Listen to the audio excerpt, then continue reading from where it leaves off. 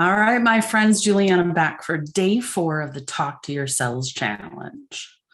I hope things are going well for you. Make sure to give us some feedback. Let us know how things are going. Let us know what you've noticed.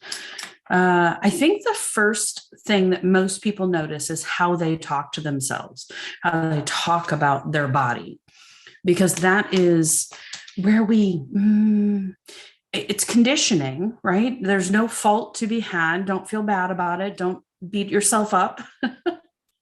Former person who used to beat myself up daily. You are conditioned to speak that way about your body through television, through our families, through schools, etc. So don't feel bad about it. Give yourself some grace. And that's going to be one of our big topics today is grace. And so the idea of grace is about giving yourself a pass, if you will, for all the times that you said or thought things that were detrimental, that were negative, that were harsh, that were judgmental, that were angry. They all happened in the past. There's not much you can do about that now.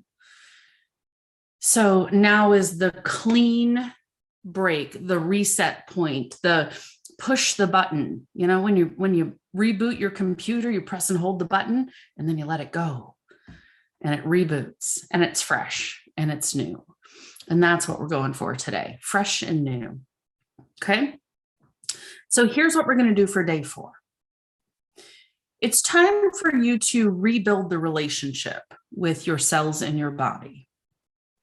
You now got awareness about what you've said and things that you've done. You've started that conversation again with your body, with the cells and the glands and the organs and the bones and the nervous system and the energy field of your body, all these energy centers. So it's important to reestablish trust. Sounds like an odd thing, right? It's my body. I shouldn't have to worry about trusting it. But I can tell you that based on what people have said to me in session as I've been working with people on various health issues, is that once they receive a diagnosis, they feel like they can't trust their body to keep them healthy any longer. They don't trust their body to do what's right for them.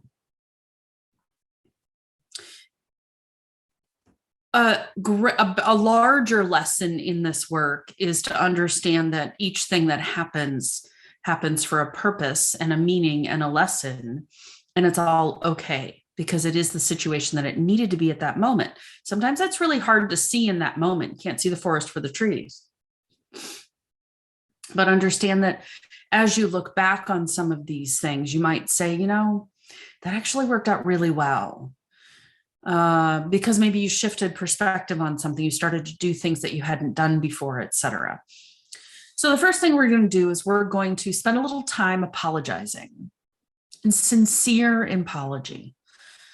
Going to your body part, in my case, it's been my muscles, my ligaments, tendons, and the myofascia, and sitting back into your meditative position, quiet space, maybe some music playing in the background without words.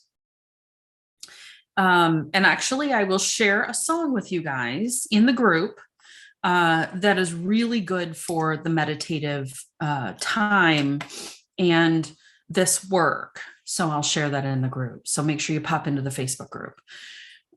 So apologize to that body part. I'm so sorry to my muscles, ligaments, and tendons that I spoke so negatively about you, that I doubted your ability to carry me where I needed to go, that I doubted your ability to recover and restore and be vital and healthy. I didn't know better. I now know that I'm much stronger than I've given myself credit for. And I'm thankful for this. So the body part, have that conversation with it. You might need to spend some time with an individual in your life, not in person, but really in your meditation.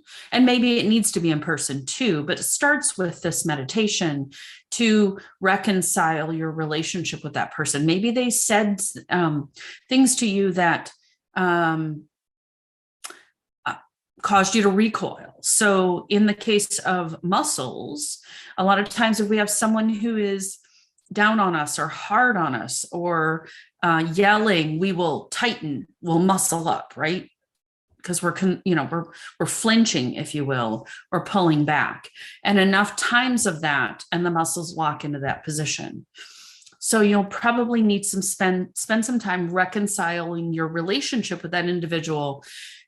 This might be a little more advanced work, but start with releasing that person. I release you from my energetic field. I release you from my body. I release all the things that you've said to me, all the things that you've done to me from my whole body and my energy field.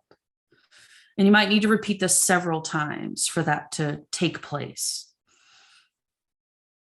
Be intentional about it, be strong about it, be confident and consistent. Forgive yourself.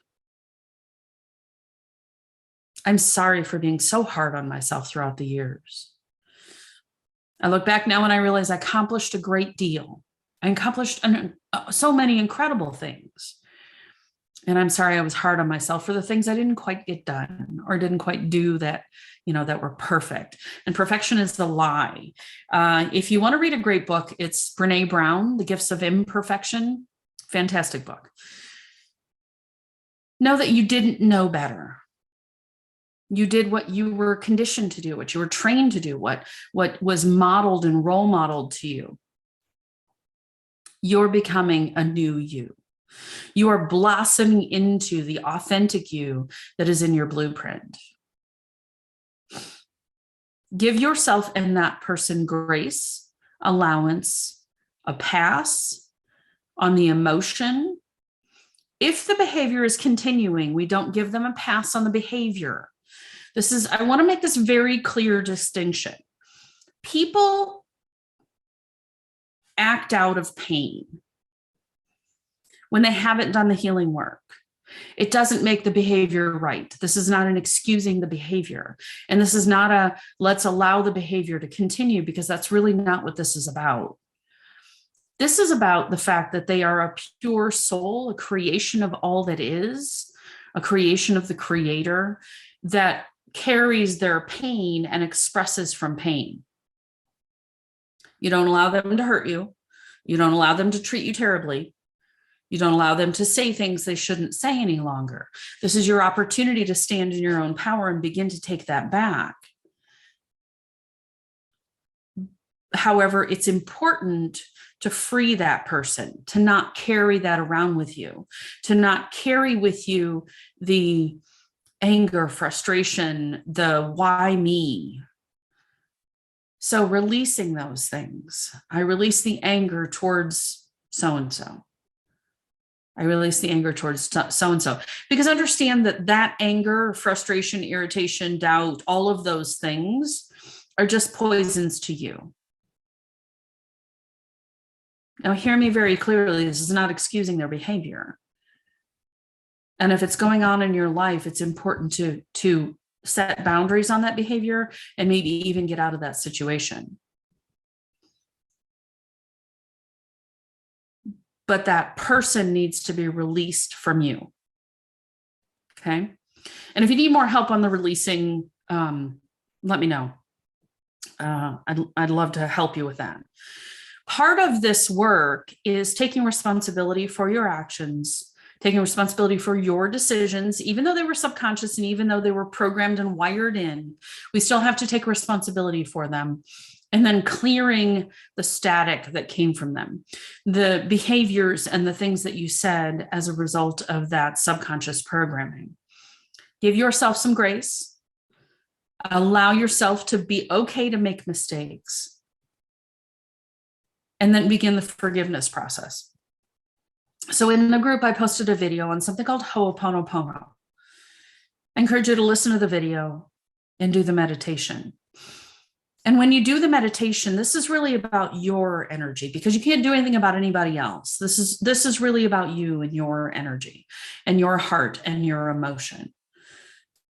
So you're going inward and using that meditation and that prayer if you will, you're kind of wiping the slate clean. You're clearing out the static electricity that's in there.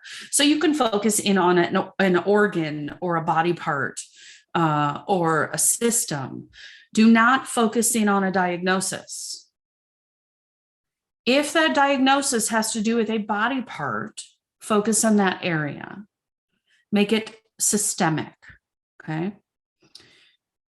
Because the diagnosis is a word that we need to release those words and bring in words of healing, okay? So I think Ho'oponopono is important. And then finally, once you have spent time in forgiveness and releasing, because that's really the key to forgiveness, is releasing. Release yourself, release the person. If they are to be held accountable for what they did, that's not up to you necessarily. Get into gratitude. Get into gratitude. It's not difficult. I'm so grateful and thankful that I can walk. I am so grateful and thankful that I get out of bed every day and I go and live my life. I'm so grateful and thankful that I am strong enough and healthy enough to participate in physical activities, to paint when I need to paint or remodel something or whatever it is. I'm so grateful and thankful that I have the strength now to be able to do that, because I didn't think 15 years ago I would be able to. So this is a deep level of gratitude for my body and its ability to heal itself. And it's a deep level of gratitude that I learned these tools along the way from people that were kind enough to mentor me and share their wisdom, from lessons that I learned from reading and watching videos and taking classes. And my own inner guidance team that said, this tool is for you. So grab it and have some fun with it. Explore it. Use it each and every day. Sorry, I got some dribbles. Leaky eyeballs. So grab it and use it each and every day. Write down a new set of talking points about yourself. That doesn't mean they are the situation or the reality that you have now. But as I said in yesterday's, the reality you have now, you established based on beliefs in the past. So the reality you're putting forth is the one you're writing down right now. So grab that piece of paper, grab a notebook, and write down. In this relationship, I am so excited that we have great conversations. It's very peaceful. In my right hip, I am so excited that it is flexible and mobile and that I can climb hills and do what I want to do. In my pancreas and my gut, I am so excited that they work very well, that my blood sugar is very well regulated, and I'm very, very healthy. Write them down as if they are happening today and drive your emotion towards that. Because when you combine that thought with a strong emotion, that you manifest that thing, that situation, that occurrence, that reality. This is where Dr. Joe Dispenza comes in. If you've never listened to Dr. Dispenza, go look him up. Incredible stuff. It is the combination of a thought and an emotion that creates your reality. So what is it you're looking to create? How is it that you're creating in your life? And what is it you want? As it comes to your health, your happiness, your relationships, your work, your home, write all of that down. What is your ideal vision for how that works? And make that your reality. Write that down, post it on the wall. Look at it every single day. Yes, I'm so grateful and thankful that that is my reality. And go for it. Go for it. You'll see it unfold in small and large ways. It'll happen. All right. So once you figure out your phrases for specific body parts or situations, speak the positive phrase 21 times. Write it down 21 times. I'm so grateful and thankful that my IT bands are loose and flexible, and they let me do anything I want. I'm so grateful and thankful that my heart is opening and I'm forgiving myself. I'm so grateful and thankful that I'm releasing and becoming free of judgments. And move forward from there. Speak it 21 times, 30-day activity. Okay, 30-day activity. You want to repeat through the list. So if you've got 5 or 6 things going on, block off a half an hour. Do this for yourself. Start with the first one. Go through your positive affirmation statement. I'm grateful and thankful that I'm grateful and thankful that. Do that 21 times. Move on to number 2. Do that 21 times. And if you write it down and you speak it, it's even more powerful. It's even more impactful. Okay. You might listen to Ho'oponopono while you're doing it. I would definitely do that as a meditation. And then I'll be sharing an amazing song with you to play in the background also. I think you're going to love it. So that is day 4. Day 5 is going to be a little more active. So once you finish up your meditation, I'm going to give you some things to do after the meditation to get things moving and feeling well. So how you doing? Hope it's going well. Please give us some feedback. Let us know. Share this with your friends. And we'll see you on day 5.